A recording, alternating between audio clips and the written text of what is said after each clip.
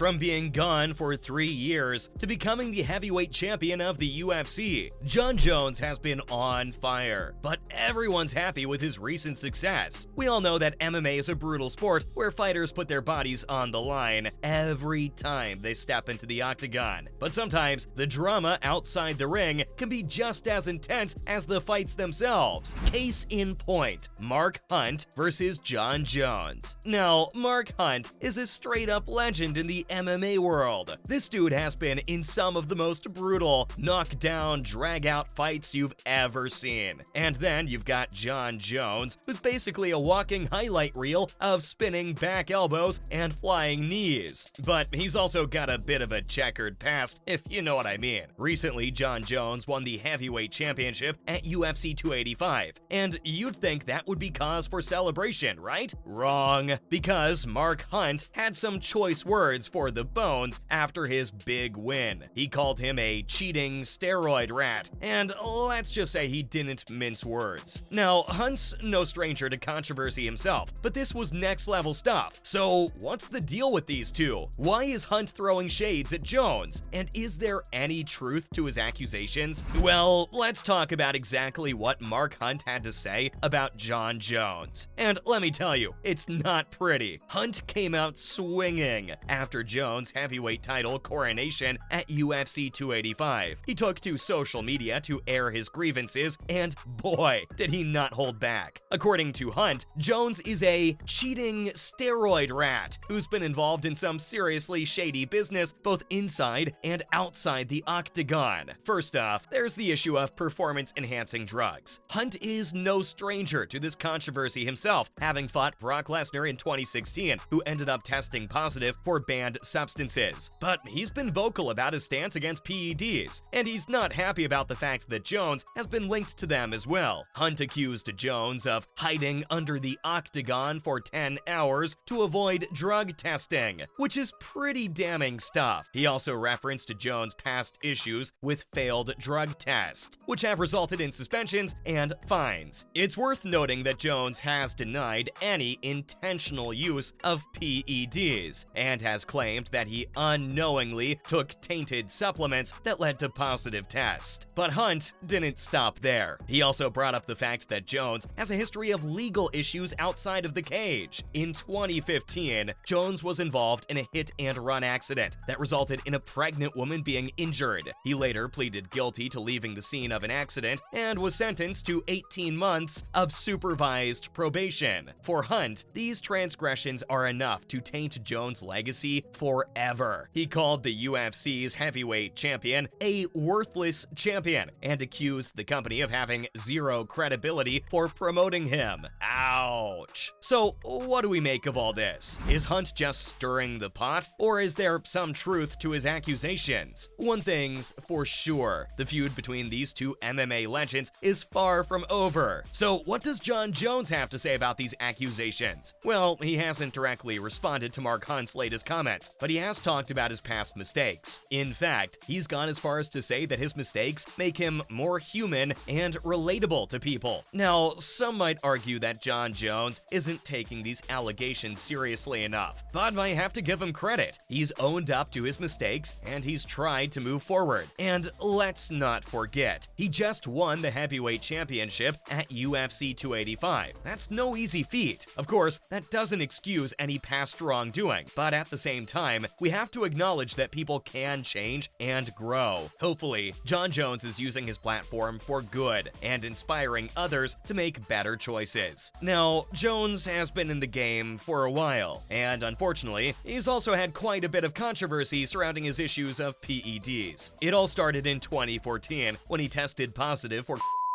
Okay, technically not a PED, but still not great for the old reputation. But things really heated up in 2016, when he was busted for using hydroxychloroquine and letrozole metabolite, which are estrogen blockers. And as we all know, estrogen blockers are typically used to counteract the effects of steroids. Not a good look, Johnny. But wait, there's more. In 2017, Jones tested positive for the turinabol metabolite, a steroid that helps muscles grow and recover faster. He even beat Daniel Cormier in a fight, but the decision was overturned to a no contest after the positive test. That one earned him a 15-month suspension and a hefty fine of $205,000. Now, Jones has always maintained that he never used PEDs, claiming that he accidentally took the estrogen blockers in 2014 and was set up with the turinabol test. But with multiple positive tests, it's hard to believe it's all just a coincidence. And while he was the most tested fighter by USADA in 2020 and didn't test positive for anything, it's hard to forget about his past transgressions. But Mark Hunt isn't the only one questioning Jon Jones over PEDs. So, Daniel Cormier, another legendary UFC fighter, has some thoughts on Jon Jones' legacy. Spoiler alert, he's not a fan. Cormier and Jones have a bit of a history, and it's not a friendly one. They've fought twice, with Jones coming out on top both times. However, their second fight was later ruled a no contest after Jones tested positive for a banned substance, as I mentioned before. And that's just the tip of the iceberg when it comes to Jones' failed drug tests. Despite Jones' impressive record and recent win for the heavyweight title, Cormier believes that there will always be an asterisk next to his name. He's not bitter, mind you. He just thinks that guys with bad things attached to their names shouldn't be held in high regard. And when it comes to PED use, Cormier thinks that it's hard to call someone the greatest of all time when they've been caught multiple times. In fact, Cormier goes so far as to say that he doesn't believe Jones should be considered the #1 pound-for-pound fighter in the world. He thinks that honor should go to Alexander Volkanovski instead. Ouch. But is Cormier right about that? Does Jon Jones deserve the #1 pound-for-pound ranking? I mean, sure, he's got an impressive resume, but let's take a closer look. First off, the guy hasn't fought in over 3 years. I mean, come on, that's a long time in the fight game. And yeah, he dominated Cyril Gane in his return, but let's be real, that fight wasn't even close. Gane was completely outmatched. And then we have Alexander Volkanovski, who was just recently dethroned as the top pound-for-pound fighter. He's not too happy about it, but even he admits that he can't really argue with Jones' resume. But at the same time, he only had one fight in 3 years. Can we really crown him the pound-for-pound king based on that? Don't get me wrong, I'm not saying Jones isn't one of the greatest of all time. I mean, the man's got a record that speaks for itself, but let's give credit where credit is due. Maybe it's time to start considering some of these other fighters who are putting in work day in and day out, rather than just relying on past achievements. So does Jon Jones truly deserve the pound-for-pound title? That's up for debate. But one thing's for sure, the fight game is always evolving, and we need to start taking the current state of fighters into account rather than just relying on past accolades. And that was Mark Hunt's burn on Jon Jones.